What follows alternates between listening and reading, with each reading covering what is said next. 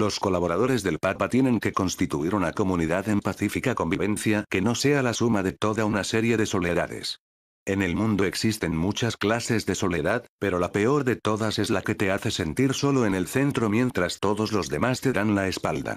La Iglesia de hoy en día también necesita una extremada transparencia en su interior para poder reflejarla en su exterior. La salvaguardia de los derechos del hombre, y por consiguiente también de los del eclesiástico, presupone una clara relación con la realidad sociológica. La relación del individuo con la sociedad discurre sobre la simetría de los derechos y de las obligaciones que se entrecruzan.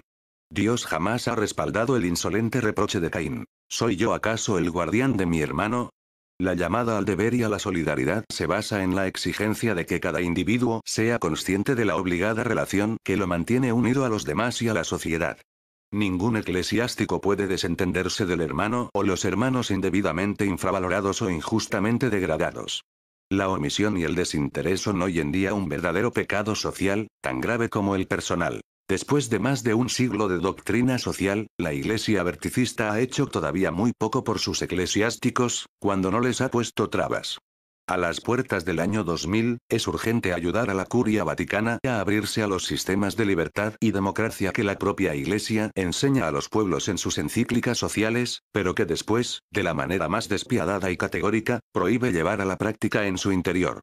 No es posible que en este bimilenario final de siglo, el mensaje evangélico y pontificio sobre lo social no se aplique también a los eclesiásticos, aunque ello se haga en otra clave, la del amor y la comprensión solidaria. Alinearse con Abel no es un mérito indiferente. Pecar de discreción más que de intromisión es una virtud sublime. Pero ningún Estado de derecho, pequeño o grande, podrá basar sus fundamentos sociales en un bienestar opresor destinado a que nadie se adelante a defenderlo.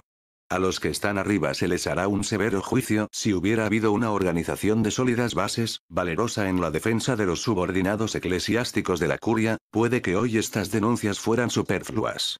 Una Solidarnosc eclesiástica, todavía clandestina, hubiera permitido seguir el debido camino de la doctrina social que los papas han sugerido en este último siglo a los demás estados, pero han olvidado aplicar en su pequeño estado. Por desgracia, para no arrebatarle al superior que se equivoca el privilegio medieval de la impunidad indiscutible, prefieren declarar inaplicables en el interior del mini-estado vaticano las deslumbradoras verdades de la moral social que hoy en día ya se han convertido en patrimonio común de todos los pueblos libres. En el Vaticano, por el contrario, queda a la discreción del superior envolver para regalo y colocar un lazo a todo aquello que a sus subordinados les corresponde por derecho natural. Hubo estupor y consternación general cuando los medios de comunicación de todo el mundo dieron a conocer, pasadas las 9 de la noche del 4 de mayo de 1998, la noticia de la tragedia ocurrida en el Vaticano. Un joven cabo de la Guardia Suiza, Cédric Tournay, tras haber escrito una carta donde rogaba el perdón de su madre, llama a la puerta de su comandante, Alois Sterman, que una hora antes había recibido la investidura, lo mata junto con su esposa Gladys Meza Romero y, a continuación, se suicida. Julio II, 1503-1513, Giuliano della Rovere, comunica el 21 de junio de 1505 a los estados europeos más importantes de la época su decisión de enviar a su cubiculario Pietro Ertenstein a Suiza al objeto de reclutar a 200 soldados para la custodia de nuestro palacio. El 21 de enero de 1506, tras haber llegado a Roma en número de solo 150, los soldados cruzaron la Piazza del Popolo y llegaron a la plaza de San Pedro, donde los esperaba el Papa, quien los bendijo solemnemente desde la logía que había sido de Paulo II, 1464-1471. Aquella solemne entrada en dicha fecha sigue siendo considerada por el cuerpo de la Guardia Suiza Pontificia como el de su fundación oficial bajo el nombre de Corte Helvética. En tal fecha se celebra la solemne ceremonia del juramento de los nuevos guardias suizos pontificios. Cédric Tournay se consideraba víctima del trato vejatorio y persecutorio de su superior, Alois Sterman. Cuando aquel 4 de mayo vio confirmado su temor de tener que soportarlo durante el resto de su servicio militar como su mayor tirano, le escribió a su madre una carta, revelándole la extravagante protesta que al cabo de muy poco rato pensaba llevar a efecto y que aquella misma noche cumplió con fría determinación. Se habló de un ataque de locura de Tournay, del acto inesperado de una mente trastornada. Pero, por encima de todo, se procuró cubrirlo todo de inmediato con un velo de silencio. 8 meses después, a finales del mismo año, para poner sobre aviso a la opinión pública y calibrar su reacción, la prensa anunció un probable e inminente archivo del caso de los 3 muertos y una pistola, descubiertos sin vida en aquel apartamento situado dentro de las murallas del Vaticano. Sin embargo, algunos psicólogos y sociólogos se siguen preguntando, de haber existido un organismo superior al que pedir justicia, ¿hubiera aquel joven recurrido a él para que lo defendiera? ¿Quién puede afirmar con certeza que Cedric hubiera descartado semejante posibilidad, optando por aquel acto tan trágico y tan doloroso para su madre? Si Julio II hubiera podido prever esta terrible tragedia en el interior de aquellas murallas, hubiera decretado, para sin pelos en la lengua, urge la creación de una corporación integrada exclusivamente por eclesiásticos, libres y fieles colaboradores, siempre en continuo diálogo con la otra parte, es decir, con la autoridad, en un clima de recíproco respeto, pero sin pelos en la lengua. En los despachos de la administración del Estado, el superior directo suele informar a cada funcionario acerca de las notas características de su persona y sus cualidades generales y específicas. Si el funcionario se muestra de acuerdo, las suscribe y da el enterado. En caso de que no las comparta en su totalidad, se abstiene de firmarlas y recurre a su derecho a concertar otras con su superior o bien a protestar ante los órganos superiores. En cambio, en el ambiente eclesiástico vaticano las notas personales se redactan todas en secreto y a espaldas del interesado, que jamás podrá exigir conocerlas o leerlas. Todas las fichas personales se guardan en un armario ultrasecreto jamás accesible a los no enterados, los cuales son, casualmente, justo los que tendrían el derecho de conocer las notas relativas a su persona. Marcados y fichados por el sistema, los funcionarios eclesiásticos jamás podrán exigir el derecho de conocer el contenido de sus notas personales. El superior no está obligado a revelárselas, pero sí a redactarlas, siempre sin que lo ejemplo de ficha para los funcionarios de la administración del Estado. Características generales del funcionario, cualidades físicas. De constitución normal, robusta, delicada, frágil, buen estado de salud, cualidades morales. De inteligencia despierta, buena, excelente. Sentido común, de carácter, serio, disciplinado, activo, sincero, leal, reservado, tranquilo, concienzudo, capacidad profesional, normal, buena, excelente. Por encima de la media, cultura general, normal, inferior, buena, superior, excelente. ¿Cómo ha desarrollado la tarea? Bien, regular, ¿cómo ha podido? De manera encomiable, conducta en el trabajo, buena, excelente. Fuera del trabajo, buena, excelente, regular, tareas desarrolladas. Opinión general del redactor. El empleado posee buenas cualidades básicas, o bien, elevadas calidades generales, o bien, excelentes cualidades profesionales. Cumple sus deberes con seriedad, espíritu de sacrificio, sus prestaciones son satisfactorias y su rendimiento excelente. Calificación asignada, media, superior a la media, excelente. Opinión general del revisor. Suele ser casi siempre el superior del redactor. Comunicación al interesado, enterado, firma o ausencia de firma sepa el subordinado, para mostrarlas a los que decidirán su futuro, ascendiéndolo o degradándolo. El funcionario de la curia sabe que las notas sobre su persona se difundirán por el éter como las musicales y perforarán los tímpanos de todos los oídos menos los de los suyos. ¿Qué viento sopla en aquellas quebradas? En el umbral del tercer milenio, los veredictos sobre las cualidades de los funcionarios eclesiásticos siguen conservándose en cajas fuertes blindadas, tanto en los pisos altos como en los bajos, en los palacios como en los pequeños despachos periféricos. Estas notas, secretas solo para él, el funcionario las llevará escritas en la frente mientras viva y solo a los demás les será lícito leerlas y transmitírselas los unos a los otros en su totalidad, en parte o mediante elocuentes silencios. El reloj del Vaticano tiene una esfera sin manecillas y se ha quedado detenido en la Edad Media. La hora del despertar se confía todavía a las trayectorias zodiacales. La infame comisión secreta de anónimos prelados de calibre cada vez más imponderable sigue adoptando decisiones en favor y en contra del funcionario sin jamás interpelarlo. A estos comisarios, convertidos en prisioneros de opinión y de conciencia, les basta escuchar o conocer las acusaciones del superior para amonestar al subordinado, favorecerlo o, por lo menos, favorecer los desideratums del protector. La propia curia hace saber que no está obligada a informar a la opinión pública acerca de ciertas reticencias y recurre a restricciones mentales que no son más que subterfugios para ocultar realidades asfixiadas y verdades más claras que el sol. El oficio del laboro della sede apostólica, oficina del trabajo de la sede apostólica, órgano destinado a la tutela de los legítimos intereses de los miembros de la curia romana, es un Olimpo de magnates cuyo Sanedrín está reunido en sesión permanente para cumplir las órdenes de los que mandan. Allí se discute siempre a puertas cerradas para interpretar las acusaciones del superior que, por el solo hecho de serlo, siempre lleva las de ganar, pues se da por sentado que tiene la razón de su parte. No se admiten las disculpas del subordinado por la sencilla razón de que no existe debate. El subordinado solo es llamado cuando los hechos ya están consumados para que escuche las decisiones unívocas e irrevocables de los sabios. Este organismo sindical, creado por la autoridad, es el menos indicado para la tutela de los intereses de los prestadores de cualquier servicio, también religioso. Los poderosos comisarios, más que tranquilizar al subordinado con el fin de obtener de él el mejor rendimiento, secundan al superior y acuerdan con éste la manera de acallarlo, dejándolo al margen o bien degradándolo. En cambio, si es el subordinado el que presenta una protesta por el trato recibido por parte del superior, su proceder, tal como ya se ha dicho más atrás, ya es de por sí un punto negativo. Entretanto, un muro de silencio y frialdad se levanta como por arte de ensalmo entre el funcionario y los restantes miembros del personal del despacho, todos solidarios con el jefe. La autoridad en la iglesia está muy bien protegida, pero la base se halla totalmente desamparada e indefensa. Urge dar a los clérigos, los religiosos y las religiosas libertad suficiente para la creación de un organismo básico de defensa de sus derechos naturales. Se trata de una cuestión social inaplazable, teniendo siempre presente el significado objetivo de la realidad y la naturaleza específica de la sede apostólica. Ya no es posible despachar la solución del problema con unas cuantas frases de conveniencia y de una manera simplista y expeditiva.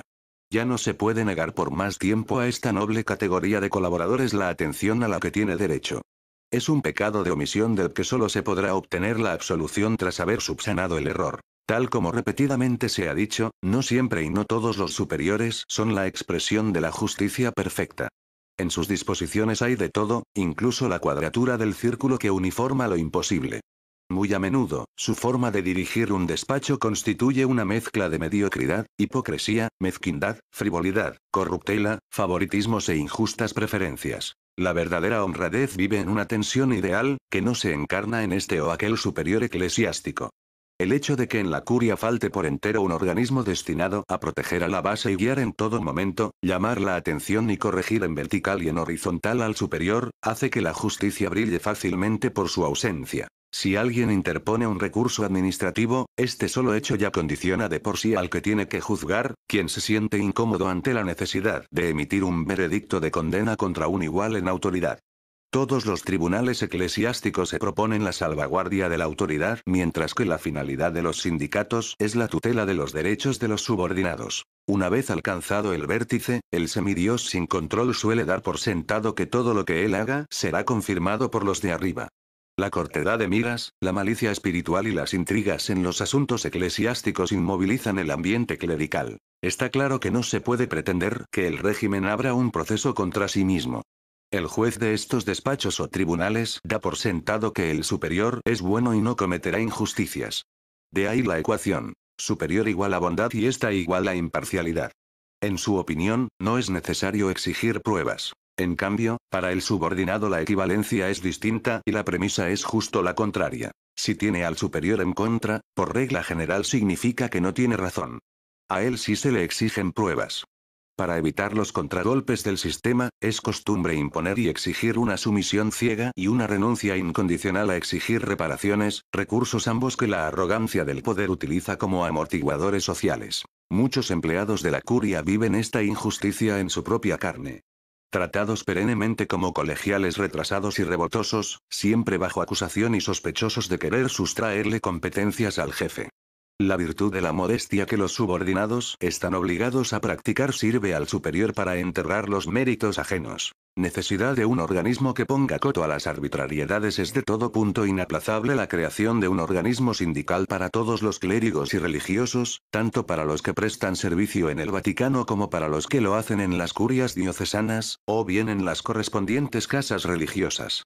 De lo contrario, se seguirán multiplicando los casos de recursos de eclesiásticos en los sindicatos y los tribunales civiles. En un mundo de alusiones y sospechas, todos los religiosos experimentan la necesidad y la urgencia de un órgano democrático capaz de frenar determinadas arbitrariedades de los superiores con el fin de poner coto a los abusos de poder y evitar que los subordinados se encuentren indefensos contra el inicuo juego de los intocables. En el caso de los religiosos, una buena gente que, según el cardenal Cicognani, casi siempre sobresale un poco del marco del cuadro, la situación es algo más favorable, sobre todo cuando los respaldan los superiores de sus órdenes. A esto se les presta una mayor atención. Los sacerdotes del clero secular difícilmente consiguen dialogar con su ordinario diocesano acerca de lo que ellos consideran que les corresponde. A estos les está prohibido en la práctica cualquier aspiración a mejoras personales. En el caso de que dependan de la curia romana y a no ser que cuenten con influencias, son tratados como material averiado y abandonados al ostracismo en un rincón del despacho. Cuando las dos congregaciones para los religiosos y para el clero se mueven en el plano del derecho, no pueden ni deberían sustituir a la asociación de solidaridad elegida por la base, pues ambas son la expresión de la autoridad del vértice y, en el instante mismo en que se convirtieran en parte contraria, actuarían pro domo sua, barriendo para su casa, y carecerían de la imparcialidad necesaria para juzgar con rectitud. El organismo que urge crear para la tutela de todos los derechos de los asociados, una especie de solidarnos de eclesiásticos movidos por el amor solidario y la solicitud fraterna, debería ser fruto y expresión de la base desde una óptica evangélica. La justicia administrada por la autoridad podría actuar a menudo sin imparcialidad. Es necesario que un órgano distinto, precisamente un órgano de la base capaz de equilibrar la balanza con la caridad, le recuerde la necesidad de ser ecuánimes. Por consiguiente, la creación de semejante organismo no debería suscitar el menor rechazo ni la menor oposición. Cuando la ley presenta deficiencias y el Estado no colabora, sino que más bien pone trabas a la creación de semejante organismo asociativo, hay que pasar a los hechos, pues por derecho natural el problema no compete a la autoridad sino a la base. En un sindicato sometido y sumiso prosperan fácilmente la adulación, la sumisión y los halagos, lo cual no es conforme con la doctrina social católica. La Iglesia de nuestro Señor ganará en agilidad y dignidad cuando permita que sus eclesiásticos también se organicen libremente desde la base con el fin de colaborar con los vértices en la tarea de hacer justicia a los oprimidos y conceder libertad de expresión a todos los subordinados que lo deseen. Convendrá por tanto confiárselo todo a esta institución de solidaridad para que pueda crear unas relaciones interpersonales capaces de adaptarse a las distintas situaciones contingentes e irrepetibles de cada persona en particular que tengan que juzgarse y que nunc, aquí y ahora. A los 50 años de la Declaración de los Derechos del Hombre, 1948, una conquista para la humanidad, todos los pueblos se han visto obligados a reconocer la equidad de los principios que en ella se incluyen. A este respecto, el pontífice polaco escribía en su primera encíclica Redemptor Hominis. Al compartir la alegría de esta conquista de todos los hombres de buena voluntad de la Declaración de los Derechos del Hombre, N. del RJ, con todos los hombres que aman de veras la justicia y la paz, la Iglesia, consciente de que la sola letra puede matar, mientras solamente el espíritu da vida, debe preguntarse continuamente junto con estos hombres de buena voluntad si la Declaración de los Derechos del Hombre y la aceptación de su letra significan también por todas partes la realización de su espíritu. Surgen, en efecto, temores fundados de que muchas veces estamos aún lejos de esta realización y que tal vez el espíritu de la vida social y pública se halla en una dolorosa oposición con la declarada letra de los derechos del hombre. Este estado de cosas, gravoso para las respectivas sociedades, haría particularmente responsables, frente a estas sociedades y a la historia del hombre, a los que contribuyen a determinarlo. Este sentido no llega a realizarse cuando, en vez del ejercicio del poder mediante la participación moral de la sociedad o del pueblo, asistimos a la imposición del poder por parte de un determinado grupo, clan, bando, familia, sector, N del RJ a todos los demás miembros de esta sociedad. Estos son, pues, problemas de primordial importancia desde el punto de vista del progreso del hombre mismo y del desarrollo global de su humanidad. Por consiguiente, ningún hombre está excluido de estos derechos esenciales, ni siquiera uno solo de los subordinados eclesiásticos de los despachos vaticanos. Los estados, cualesquiera que sean su tamaño e influencia, que no permiten a sus súbditos la plena aplicación de tales principios, se convierten en responsables ante las distintas sociedades y ante la historia humana. Juan Pablo II, en la misma Redemptor Hominis, dirigiéndose al mundo y dando la espalda al Vaticano, profundiza en el tema, escribiendo: la Iglesia ha enseñado siempre el deber de actuar por el bien común y, al hacer esto, ha educado también buenos ciudadanos para cada estado. Ella, además, ha enseñado siempre que el deber fundamental del poder es la solicitud por el bien común de la sociedad. De aquí derivan sus derechos fundamentales. Precisamente en nombre de estas premisas concernientes al orden ético objetivo, los derechos del poder no pueden ser entendidos de otro modo más que basándose en el respeto de los derechos objetivos e inviolables del hombre. El bien común al que la autoridad sirve en el Estado se realiza plenamente solo cuando todos los ciudadanos están seguros de sus derechos. Sin esto se llega a la destrucción de la sociedad, a la oposición de los ciudadanos a la autoridad, o también a una situación de opresión, de intimidación, de violencia, de terrorismo, de los que nos han dado bastantes ejemplos los totalitarismos de nuestro siglo. Es así como el principio de los derechos del hombre toca profundamente el sector de la justicia social y se convierte en medida para su verificación fundamental en la vida de los organismos políticos. Son palabras que invitan a todos a reflexionar acerca de la centralidad del hombre, también del eclesiástico, con su dignidad y sus correspondientes derechos. Ninguna autoridad puede sustraerse a estos deberes, ni siquiera la de la curia romana, donde a menudo es suficiente un monseñorón déspota para escribir despiadadamente la sentencia del futuro, en el bien y en el mal, sobre la piel de sus compañeros y hermanos. La rectitud de la actuación de un don nadie vestido de morado todavía equivale al carácter indiscutible de su actuación, en la certeza de que jamás será contraatacado por el subordinado, precisamente debido a la ausencia de un órgano que lo proteja y asuma su defensa. El principio de la subsidiariedad del Estado en el ámbito de las sociedades intermedias afirma que aquel no puede sustituir a estas cuando puedan o quieran actuar por su cuenta. El Estado tiene simplemente la obligación de ayudarlas a alcanzar su objetivo sin intervenir en la coordinación de las asociaciones.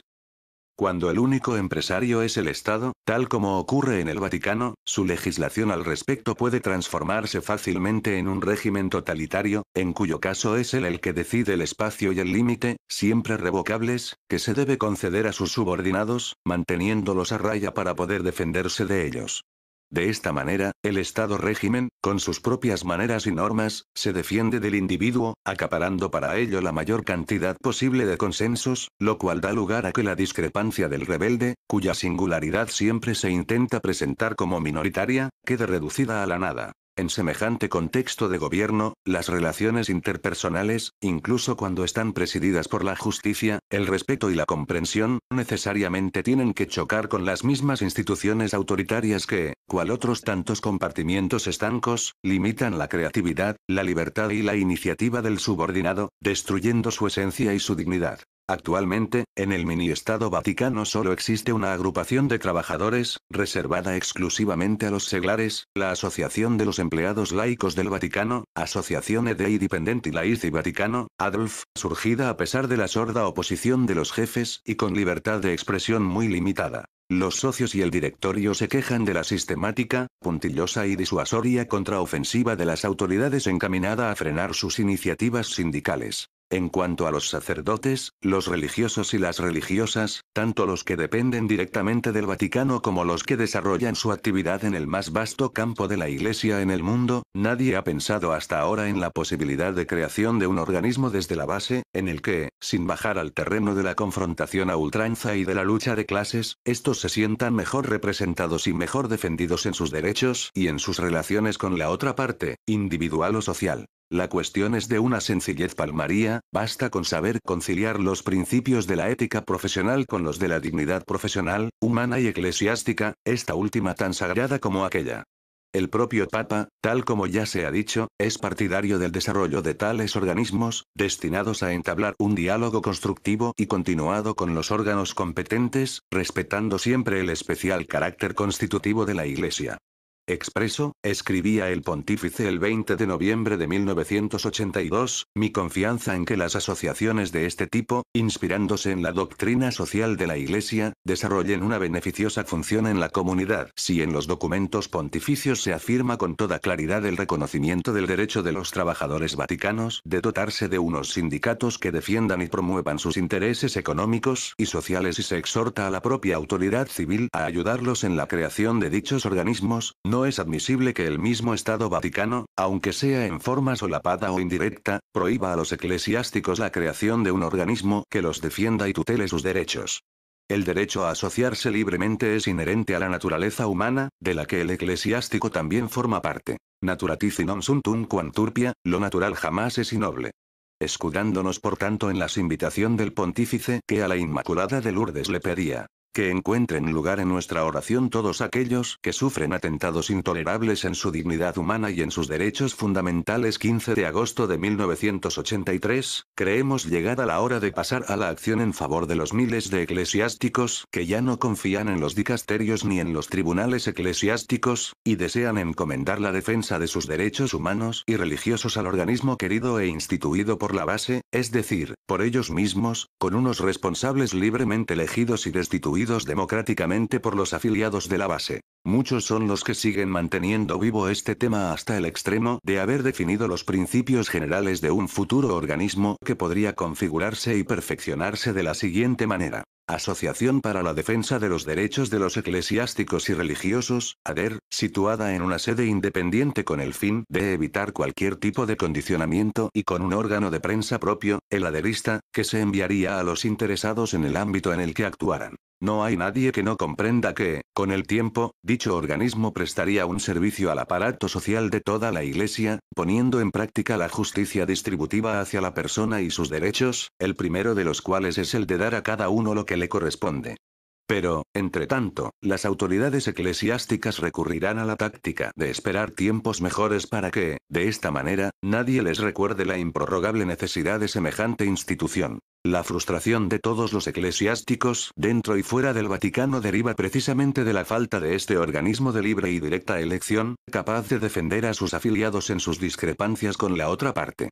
Dado el malestar y la insatisfacción de los subordinados, no se puede perder la oportunidad de encontrar una dialéctica que no quede anulada por los directorios ni mutilada por exclusiones a priori. La creación de este bloque federativo de sacerdotes y religiosos, capaz de detectar los errores y las arbitrariedades de los que gobiernan, deberá mantenerse dentro de la óptica y la órbita de servicio para evitar que las gigantescas estructuras curiales pisoteen a los individuos, que quedarían triturados por los engranajes burocráticos. En este sentido, por tanto, la altísima intervención del propio jefe del Estado, el Papa, tiene que disipar los temores de la curia romana, según la cual la defensa de los derechos individuales del subordinado eclesiástico llevaría a una contradicción con las autoridades de la curia en caso de que se plantearan reivindicaciones de carácter sindical.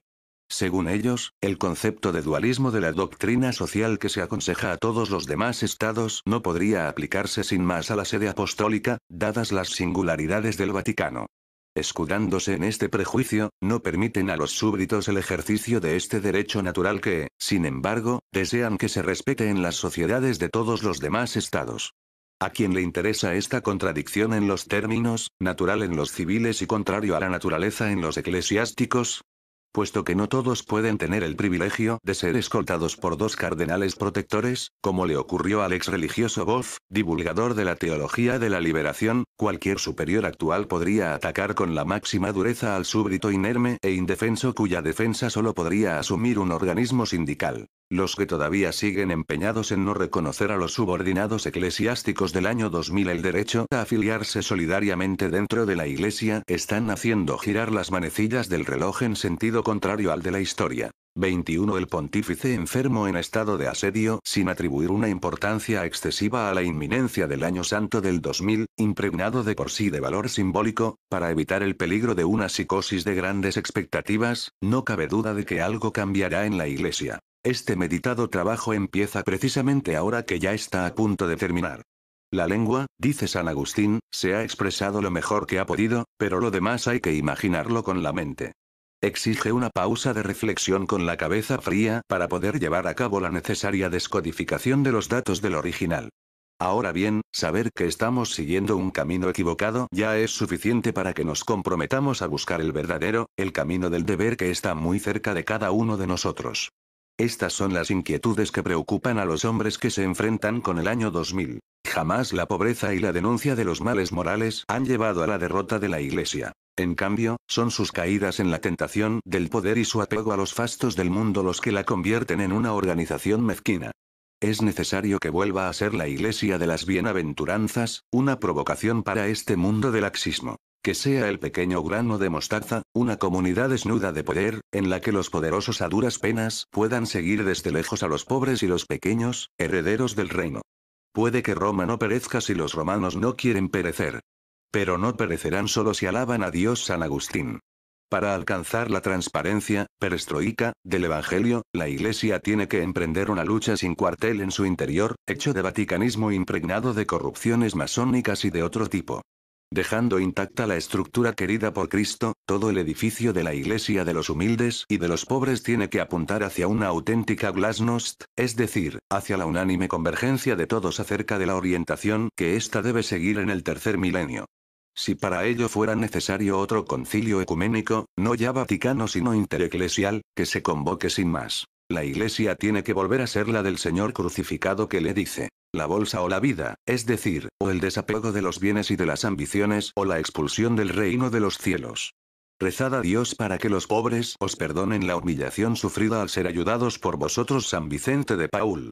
Sertillanges nos dice: la palabra tiene peso cuando se percibe en ella el silencio, cuando oculta y permite adivinar el tesoro que va dispensando poco a poco sin prisas y sin frívola agitación. El silencio es el contenido secreto de las palabras que valen. Un alma vale por la riqueza de sus silencios. Es necesario por tanto no un silencio que adormezca, sino el silencio que reestructura. Estas palabras escritas son los viandantes misteriosos del alma, al decir de Víctor Hugo, pues, antes de seguir adelante, llaman al espíritu para invitarlo a la acción. Ahora que ya se ha experimentado todo, ¿no sería hora de que se experimentara también la verdad? Pilato en el pretorio le pregunta a Jesús: ¿qué es la verdad? Por más que la tenía delante, silenciosa y en persona. A menudo, en el mundo curial la verdad se hace coincidir con los intereses del que manda. A veces el hombre tiene el deber de hablar en favor de la verdad, pero no siempre el de hacerla triunfar, dice Manzoni. El objetivo de este libro es hacer triunfar la verdad. Los hechos son los hechos y los prejuicios no los pueden borrar. Por muy respetables que sean los funcionarios de la curia, no borrarán los graves errores que aquí se han denunciado con el simple estremecimiento de indignación del criado Malco que, abofeteando a Jesucristo, le apostrofa: ¿así contestas al sumo sacerdote? A estos, como hizo el Señor, se les puede replicar: si he hablado mal, muéstrame en qué. Pero, si he hablado bien, ¿por qué me pegas? Esta obra ha sido pensada como un acto de amor hacia la Iglesia de Jesús, que avanza hacia el tercer milenio. Sería una lástima no percatarse del amor que la impregna, tratando de lapidar a quienes están detrás de este jebu acuse.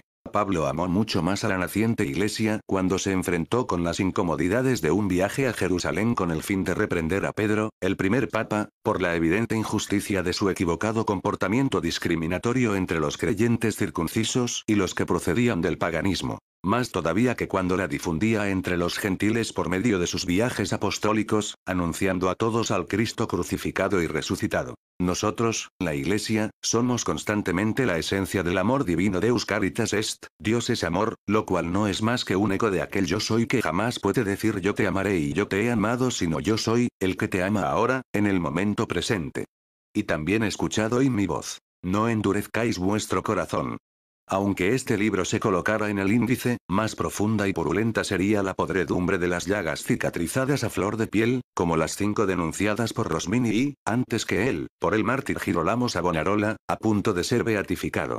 Las verdades no pueden esconderse bajo la prohibición. Se disparan como un muelle y asoman por el otro lado, quizá con un poco de retraso, en la hoja de ruta. Los responsables a todos los niveles tienen la obligación de preguntarse sin aspereza y con imparcialidad, reflexionando con sosiego y volviendo a estudiar todos juntos los remedios que hay que ofrecer a los que claman justicia. Porque el verdadero optimismo no estriba en observar siempre y en todas partes que todo va bien en la Iglesia, sino en no creer a toda costa que en ella todo irá siempre bien. Dios en su plan redentor golpea a los hijos para salvarlos de los azotes eternos. Hunde a la Iglesia para levantarla. Poda las ramas inútiles para vigorizarla. La humilla en su orgullo para volver a levantarla después en la grandeza de la humildad. La rectificación de los errores propios y ajenos le confiere sabiduría. Su humildad es el descenso a las alturas divinas de su fundador, de aquel hombre que alteraba las certezas intocables de los escribas y de los fariseos y que ahora, quemando las superestructuras, desea limitar la extravagancia del poder de los eclesiásticos de las distintas cordadas. Es necesaria una pausa de silencio para pedir al Señor que nos dé a nosotros, la Iglesia, la gracia de hacernos dudar de nuestro tuciorismo, para que estemos más dispuestos y disponibles a recibir las verdades divinas que asoman por otro lugar. Nosotros, la Iglesia, no podemos quedarnos siempre en los problemas. Nuestra inteligencia no se conforma con descubrirlos, sino que se complace en encontrar las soluciones. De otro modo, solo se consigue provocar inquietud en nosotros mismos y en los demás. Algunos episodios de la Iglesia nos producen desazón y desconcierto. Las costumbres religiosas no se corrompen cuando se denuncia la parte de la sociedad que está corrompida.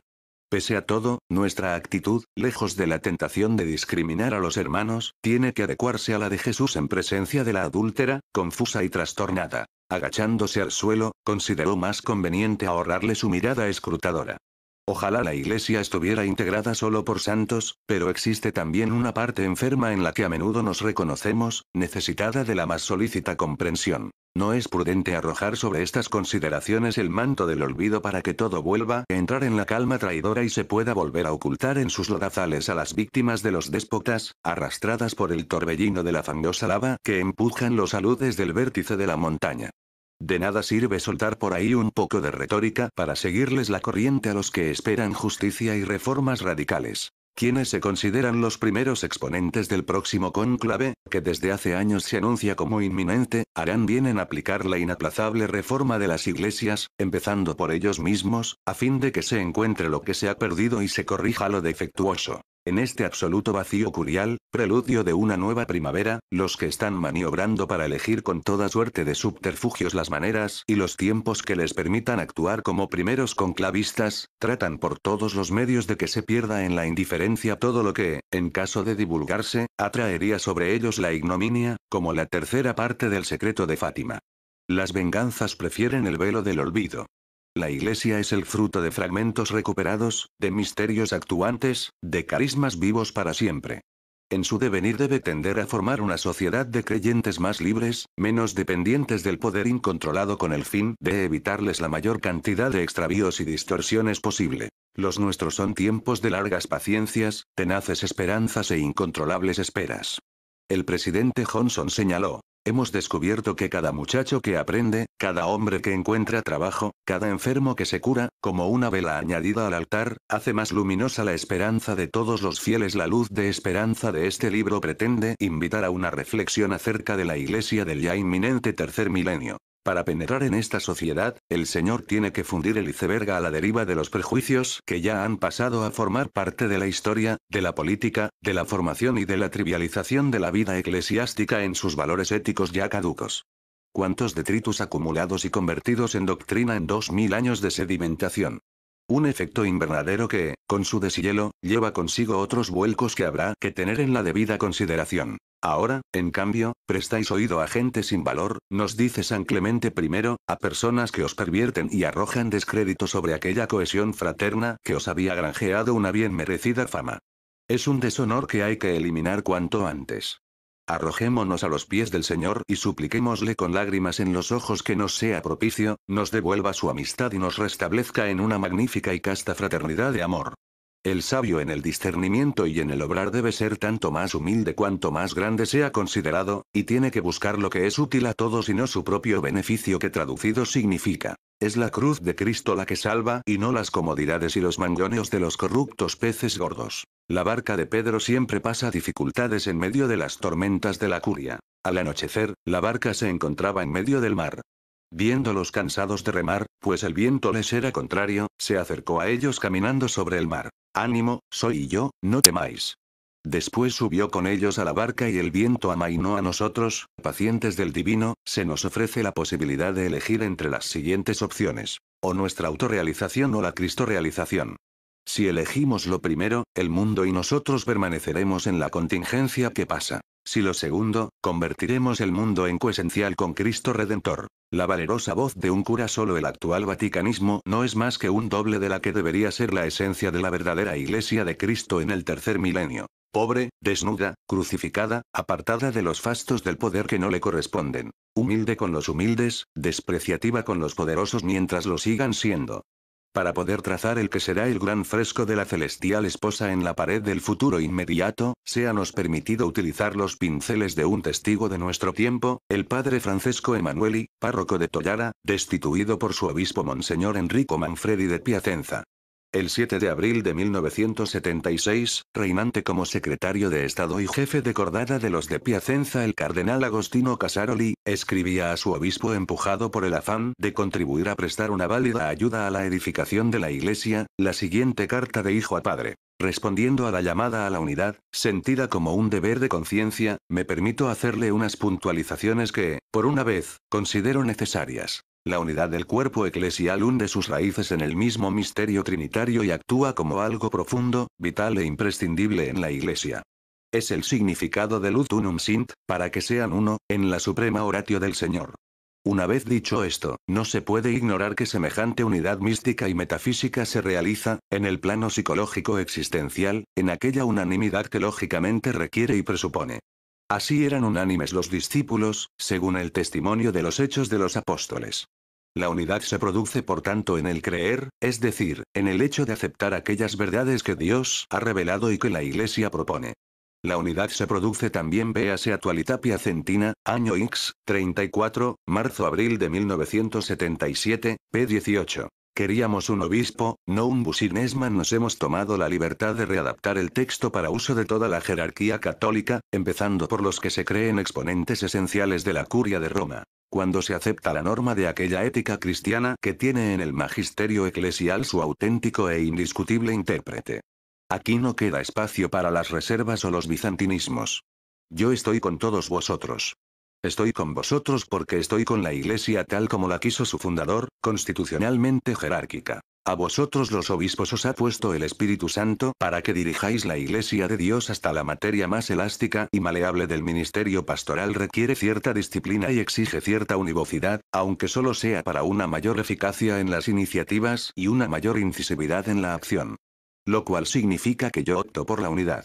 Pero aquí existe un límite. Hay que reconocerlo. La conciencia individual tiene su propia voz y la persona tiene su dignidad. No se puede reducir cualquier discrepancia a una pura y simple acción corrosiva, aunque, en ciertas ocasiones, resulte cómodo hacerlo.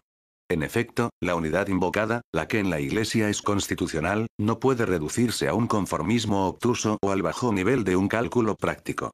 No se puede reducir a un cierto amasijo de cerebros, aunque sea ad usum hierarchiae, con el resultado de una planificación de las conciencias y una masificación eclesial. No, cada uno tiene que seguir siendo él mismo. Y yo no pretendo otra cosa ni defiendo otra posición. En mi vida he conocido por experiencia una dictadura. Me dijeron entonces que el poder venía de Dios y que, como tal, tenía que ser respetado y aceptado. Era catequesis.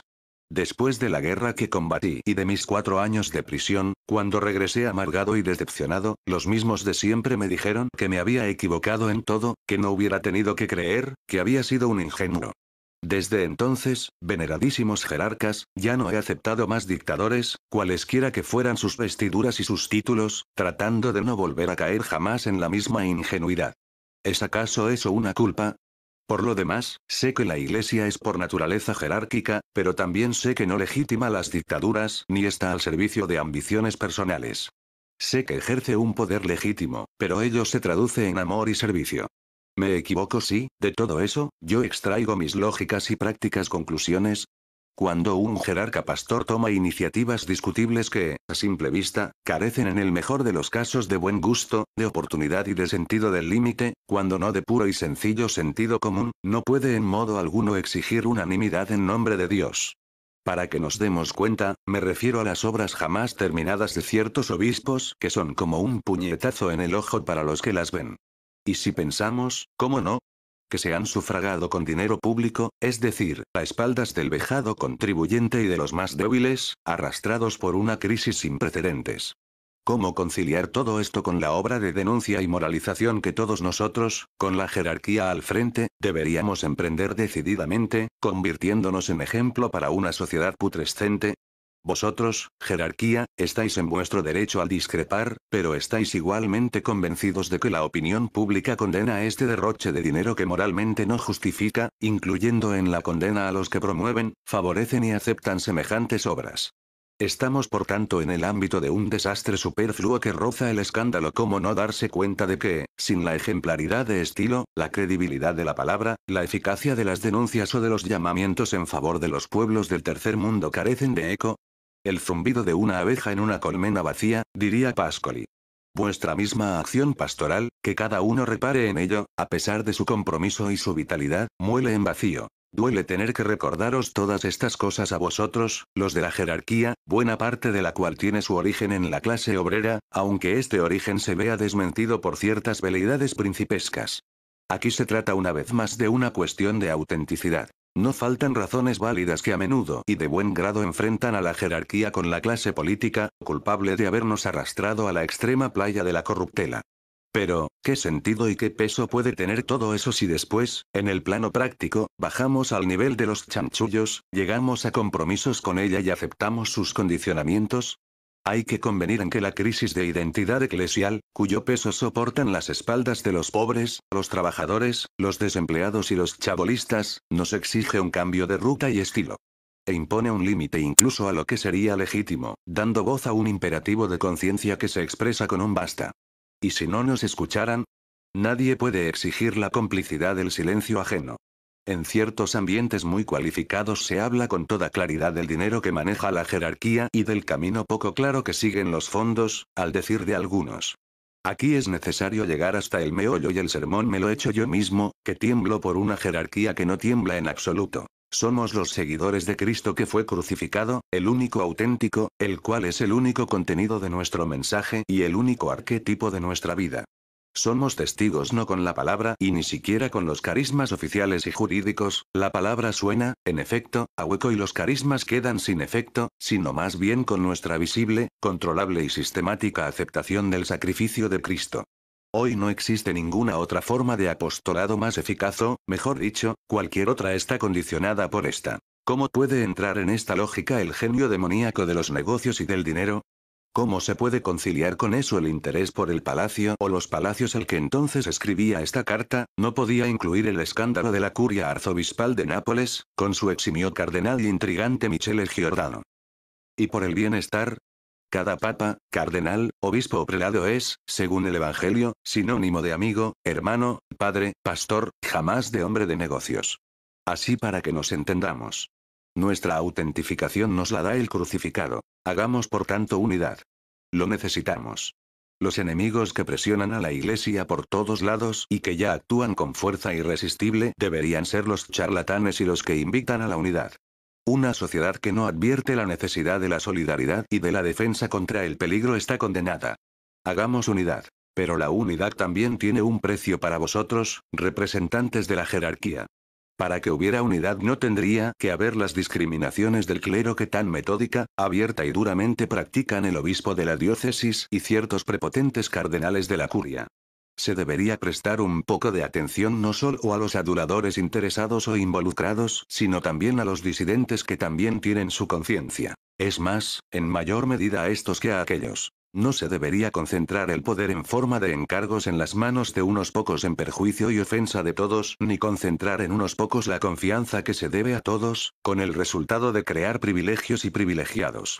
Para que haya siempre unidad, no debería darse el caso de sacerdotes marginados ni de eclesiásticos abandonados deliberada y vilmente a su soledad y a su humana desesperación. Sería necesaria, en suma, una igualación de los afectos, lo cual exige en un obispo que sea auténtico, y nosotros añadimos, en un papa o un cardenal de la curia, un corazón muy grande, capaz de amar sin restarle nada al otro.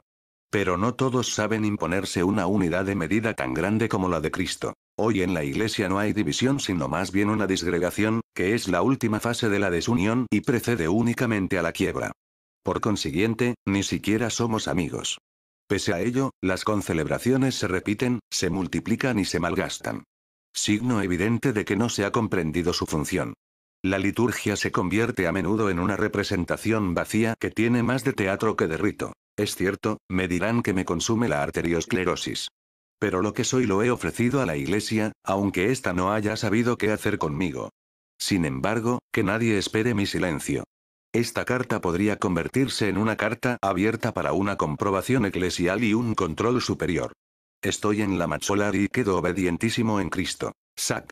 Francesco Emanueli, solo cura. En presencia del resplandor del pensamiento de un testimonio tan gigantesco, es necesario que toda la Iglesia reflexione y, con la cabeza inclinada, se pregunte. ¿Por qué razón lo rechazaron a él y otros 7 condiscípulos suyos, todos enchufados a la cordada de Piacenza, han sido elevados al podio cardenalicio en un insulso conjunto absolutamente carente de brillo?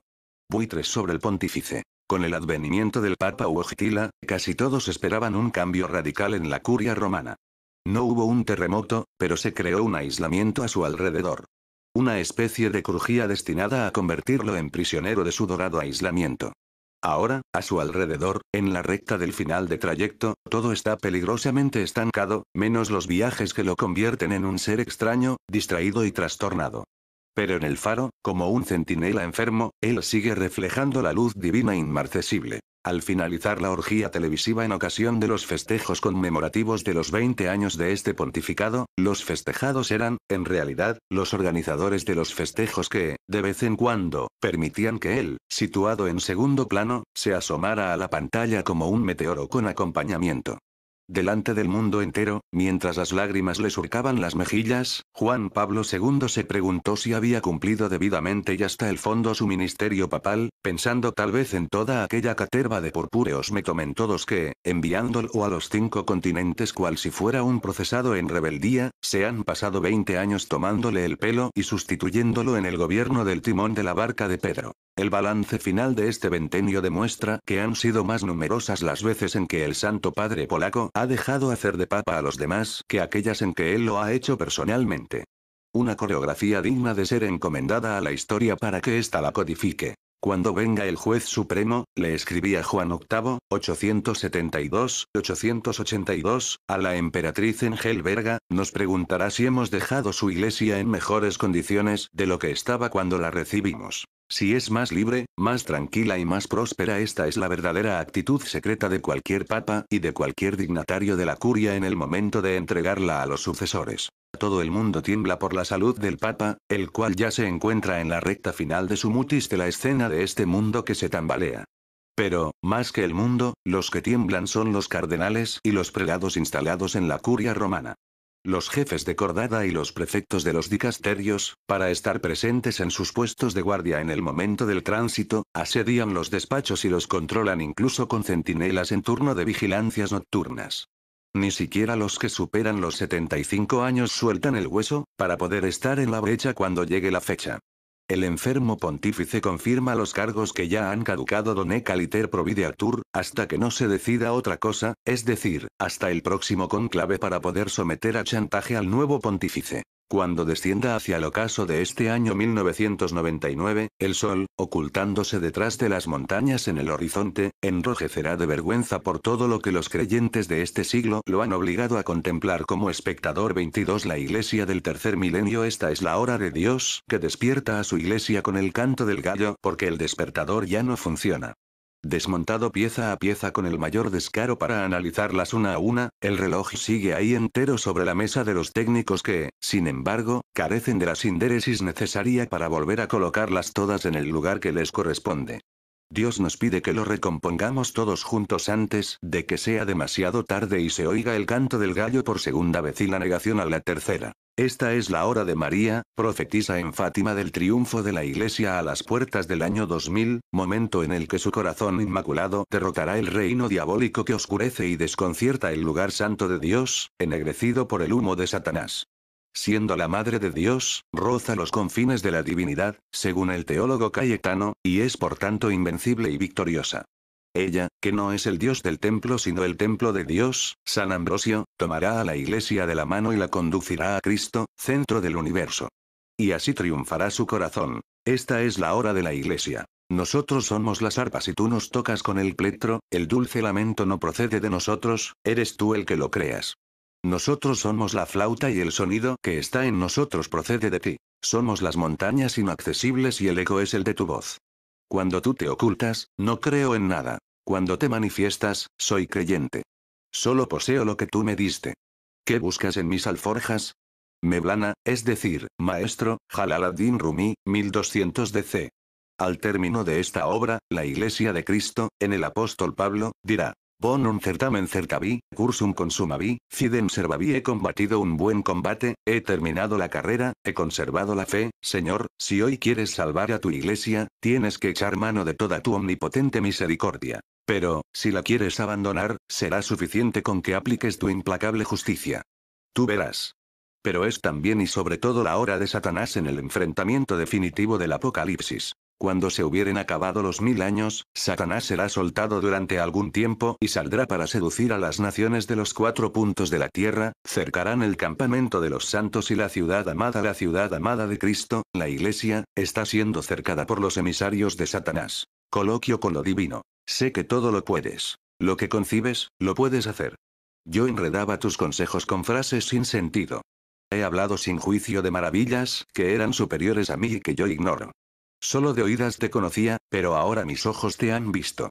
Así pues, retiro mis palabras y me arrojo sobre el polvo y la ceniza. Yo, Jesús, envié a mi ángel para testificaros estas cosas sobre las iglesias. Yo soy la raíz y el linaje de David, el lucero luminoso del alba. El espíritu y la esposa dicen: ven. Y el que escucha repite: ven. El que testifica estas cosas dice: sí, vendré pronto. Amén. Apéndice fuentes de las principales citas. Ha llegado el momento de que empiece el juicio a partir de la casa de Dios, que empieza por nosotros. 1 P4, 17. Quien quiera llevar a cabo una seria reforma religiosa y moral tiene que hacer en primer lugar, como un buen médico, un cuidadoso diagnóstico de los males que afligen a la Iglesia para, de este modo, poder recetar para cada uno de ellos el remedio más apropiado. La renovación de la Iglesia se tiene que llevar a cabo tanto en los primeros como en los últimos, tanto en los jefes como en los subordinados, por arriba y por abajo. Convendría que los cardenales, patriarcas, arzobispos, obispos y párrocos fueran de tal condición que ofrecieran la máxima confianza para el gobierno de la Grey del Señor. Ifbref. P. 1373. Tú ciñete por tanto los costados, levántate y diles todo lo que yo te ordenaré, no tiembles ante ellos, de lo contrario, te haré temblar ante ellos. Hoy te constituyó en fortaleza, en muro de bronce frente a todo el país, frente a los reyes de Judá y sus jefes, frente a sus sacerdotes y el pueblo del país. Combatirán contra ti, pero no te vencerán. Ger 1 de mayo de 2019. Y yo le dije: ah, señor Yahvé, ya ves que no sé hablar, pues soy un niño. Pero Yahvé me contestó: no digas eso, pues irás hacia donde yo te envíe y dirás todo lo que yo te ordenaré. No temas ante ellos, pues yo estaré contigo para salvarte. Oráculo de Yahvé. Ger 1, 6, 7. Me sedujiste, Yahvé, y yo me dejé seducir. Fuiste más fuerte y me venciste. Ger 20, 7. Nosotros seguimos esta regla apostólica que nos han transmitido los padres. Si encontramos algo auténtico también en los malvados, corregimos su maldad sin dañar lo que haya en ellos de bueno. Así, en la misma persona, enmendamos los errores a partir de las verdades admitidas por ella, procurando no destruir las cosas verdaderas por medio de la crítica de las falsas. Ac. De Único Baptismo 5, 7. Pues toda carne es como la hierba y su esplendor como la flor del campo. La hierba se seca, la flor se cae, pero la palabra del Señor permanece eternamente. Is 40, 6, 8, -1 P1, 24. No busquemos la vanagloria, provocándonos y envidiándonos unos a otros. Gal 5,2. Por lo demás, los que quieran vivir plenamente en Cristo Jesús serán perseguidos. Pero los malvados y los impostores irán siempre de mal en peor, engañando y siendo engañados. Tim 3, 12, 13. A cada uno se le otorga la manifestación del Espíritu para utilidad común. A uno el lenguaje de la sabiduría, a otro el de la ciencia, a uno el de la fe y a otro el de las curaciones, a uno el poder de obrar milagros, a otro el don de profecía, a otro el discernimiento de los espíritus, a otro el don de lenguas y a otro el de interpretarlas. Pero todos los reparte el Espíritu como quiere. Véase 1 Cor 12, 4, 11. Tú eres Pedro y sobre esta piedra yo edificaré mi iglesia.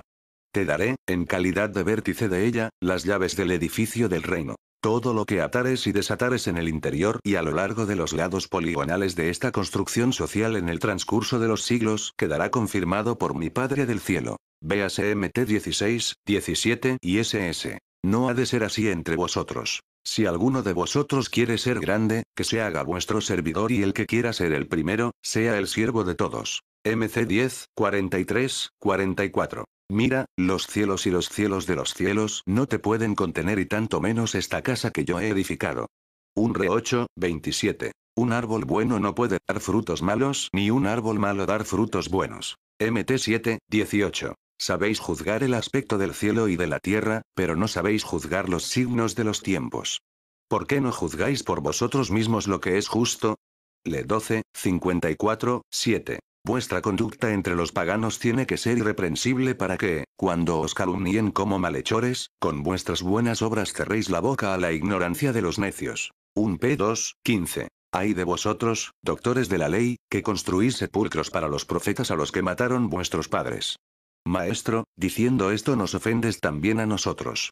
Ay también de vosotros. Le 11, 45, 47. El Espíritu Santo y nosotros hemos decidido no imponeros ninguna otra obligación más allá de estas cosas necesarias. Que os abstengáis de las carnes ofrecidas a los ídolos, de la sangre y de los animales ahogados y de la fornicación. Haréis bien por tanto en guardaros de estas cosas. HCH 15, 28, 29. Con lágrimas en los ojos os lo digo. Muchos entre vosotros se comportan como enemigos de la cruz de Cristo. FLP 3, 18. Y, mostrándole todos los reinos del mundo con su gloria, le dijo: todo esto te daré si, postrándote, me adorarás. MT 4, 8, 9. Siempre sacude las manos para no aceptar regalos. Is 33,15. Deus autem subsanaviteos.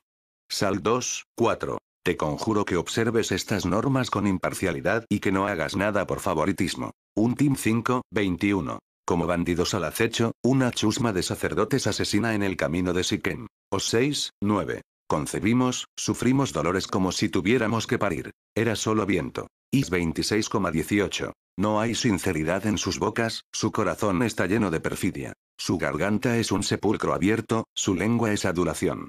Condénalos, Señor, que fracasen en sus intrigas, pues se han rebelado contra ti. Sal 5, 10, 11. Si tuvieran a Dios en sus manos. Job 12, 6. He escrito a la iglesia, pero Diotrefes, que aspira al primer puesto, no nos recibe. 3 JN 1, 9. Y ahora esta advertencia a vosotros, sacerdotes. He aquí que os romperé el brazo y os arrojaré excrementos al rostro, los excrementos de las víctimas inmoladas en vuestras solemnidades, para que se os lleven con ellas. Mal 2, 3. Señor, Señor, ¿no profetizamos en tu nombre y arrojamos demonios en tu nombre e hicimos milagros en tu nombre? Apartaos de mí, obradores de iniquidad. MT 7, 22, 23. Et dabo pueros príncipes eorum. Et effeminati dominabuntureis. Is 3, 4. Pues siembran vientos, recogerán tempestades. Os 8,7. Después el viento cambia de dirección y se va, criminal quien hace de la fuerza su Dios. Ab 1, 11. Todo el día tergiversan mis palabras, solo piensan en causarme daño, espían mis pasos para atentar contra mi vida. Sal 55, 7. No querían creer los judíos que aquel era ciego y había recuperado la vista hasta que llamaron a sus padres y les preguntaron: ¿es este vuestro hijo, de quien vosotros decís que nació ciego? ¿Cómo es posible que ahora vea? Los padres contestaron: sabemos que este es nuestro hijo y que nació ciego, ¿cómo ve ahora? No lo sabemos y no sabemos quién le abrió los ojos. Preguntádselo a él, que ya tiene edad y hablará por sí mismo. Esto dijeron sus padres porque temían a los judíos, pues estos habían acordado que, si alguno lo reconociera como el Mesías, fuera expulsado de la sinagoga. Por eso dijeron sus padres: ¿tiene edad? Preguntádselo a él. JN 9, 18, 23. El que arroja el desprecio sobre los príncipes. Sal 106,39. Su boca es más blanda que la manteca, pero lleva la guerra en el corazón. Sus palabras son más untuosas que el aceite, pero son espadas desenvainadas. Sal 54, 21, 22. Me levantas en alto y me haces cabalgar sobre el viento. Véase Job 30,22. Mientras se pasean los impíos, los insolentes son los que más destacan entre los hombres. Sal 11, 9. ¿Busco yo ahora el favor de los hombres o el de Dios? ¿Pretendo agradar a los hombres? Si agradara a los hombres, ya no sería servidor de Cristo. Gal 1, 10. ¿Qué discutíais por el camino? MC 9, 33. Si alguno de vosotros quiere ser el primero, sea el último de todos y el servidor de todos. M 9, 35. Todas sus obras las hacen para ser admirados por los hombres. Ensanchan las filacterias y alargan los flecos. Gustan de ocupar los lugares de honor en los banquetes y los primeros asientos en las sinagogas y de los saludos en las plazas y de que los hombres los llamen rabí. Mt 23, 5, 7. No me siento con hombres falsos ni visito a los hipócritas. Sal 25, 4. No busque ninguno de vosotros su propio interés sino más bien el de los demás. FLP 2, 4. En la cátedra de Moisés se han sentado los escribas y los fariseos. No los imitéis en sus obras, pues dicen, pero no hacen. Todas las obras las hacen para que los vean los hombres. Ensanchan las filacterias y alargan los flecos. Gustan de ocupar los primeros asientos en los banquetes y las primeras sillas en las sinagogas y de los saludos en las plazas. El más grande entre vosotros sea vuestro siervo. Mt 23, 2, 11. Sedere curribiris vanitatis. Sal 25, 4. Ay de vosotros, fariseos, que amáis los primeros asientos en las sinagogas y los saludos en las plazas. Le 11, 43. ¿Cómo vais a creer vosotros que recibís la gloria los unos de los otros y no buscáis la gloria que solo viene de Dios? JN 5, 44. Te llamarás Pedro y sobre esta piedra edificaré mi iglesia. Sígueme y te haré pescador de hombres. Va de retro, Satanás. No conozco a este hombre. Vea Segal 2, 11 y SS. Por mucha clemencia que se ejerza con el impío, este no aprenderá la justicia. En la tierra este tuerce lo recto y no ve la majestad del Señor. Is 26,10. Su parcialidad con las personas los condena y ellos ostentan el pecado como Sodoma. Ni siquiera lo esconden. Ay de ellos.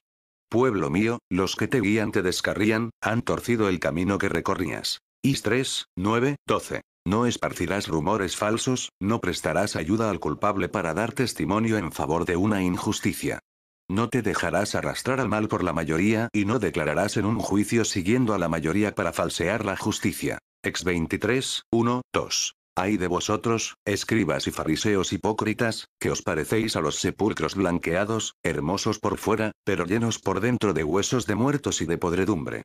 Así también vosotros por fuera parecéis justos a los hombres, pero por dentro estáis llenos de hipocresía y de iniquidad. Mt 23, 27, 28. Les contesté que no es costumbre de los romanos entregar a un hombre sin que, habiendo sido acusado, se le haya ofrecido la oportunidad de defenderse de la acusación en presencia de sus acusadores. HCH 25,16. He aquí que los impíos tensan el arco, ajustan la saeta a la cuerda para disparar en la oscuridad contra los rectos de corazón. Sal 10,2. Se mienten los unos a los otros, unos labios mentirosos hablan con corazón doblado. Sal 11, 2. Su boca está llena de engaño y mentira, bajo su lengua hay violencia e iniquidad. Sal 9b, 28. El impío engaña al justo y por eso la justicia se tuerce. Ab 1,4. ¿Eres aliado tú de un tribunal de perdición que erige en ley la tiranía? Sal 93, 20. Restableced el derecho en los tribunales. Corra como agua impetuosa el juicio, como torrente perenne la justicia. Am 5, 15, 24. Así dice el Señor. Este pueblo se acerca a mí solo con palabras y me honra con los labios mientras su corazón está lejos de mí y el culto que me rinde no es más que un conjunto de usos humanos aprendidos. Is 29,13. El reino de los cielos se parece a una red que, arrojada al mar, recoge toda suerte de peces. O como un padre de familia que saca de su tesoro cosas nuevas y cosas antiguas. Mt 13, 47. 52. Así dice el Señor. Ay de la ciudad contaminada y prepotente. Apartaré de ti a los soberbios fanfarrones y tú dejarás de engreírte. Sof 3, 11. Habrá tinieblas tan densas sobre la tierra que se podrán palpar. Ex 10, 21. Pues estos falsos apóstoles, obreros fraudulentos, se disfrazan de apóstoles de Cristo, y no es de extrañar, pues también Satanás se disfraza de ángel de luz. Por eso no hay que sorprenderse de que sus ministros se disfracen de ministros de la justicia. Sin embargo, su fin será el que merecen sus obras. 2 Cor 11, 13, 15. Demasiado justo eres tú, Yahvé, para que yo pueda discutir contigo, pero quisiera hacerte una pregunta sobre la justicia. ¿Por qué prosperan los caminos de los impíos? Ger 12,1. Y ahora a vosotros, sacerdotes, esta advertencia. Los labios del sacerdote han de guardar la sabiduría, pues es el mensajero del Señor. Vosotros, en cambio, os habéis apartado del recto camino y habéis sido causa de tropiezo para muchos con vuestras enseñanzas. Por eso os he hecho despreciables y abyectos delante de todo el pueblo. Mal 1. 8. Ay de vosotros, escribas y fariseos hipócritas que descuidáis las prescripciones más importantes de la ley: la justicia, la misericordia, la fe. Guías ciegos, que coláis un mosquito y os tragáis un camello. Sepulcros blanqueados. MT 23, 23, 24. Templo del Señor, este es el templo del Señor.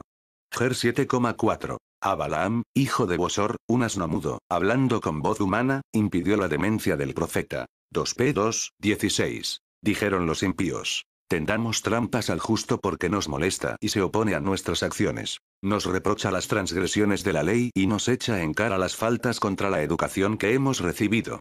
Si el justo es hijo de Dios, Él lo ayudará y lo librará de las manos de sus enemigos.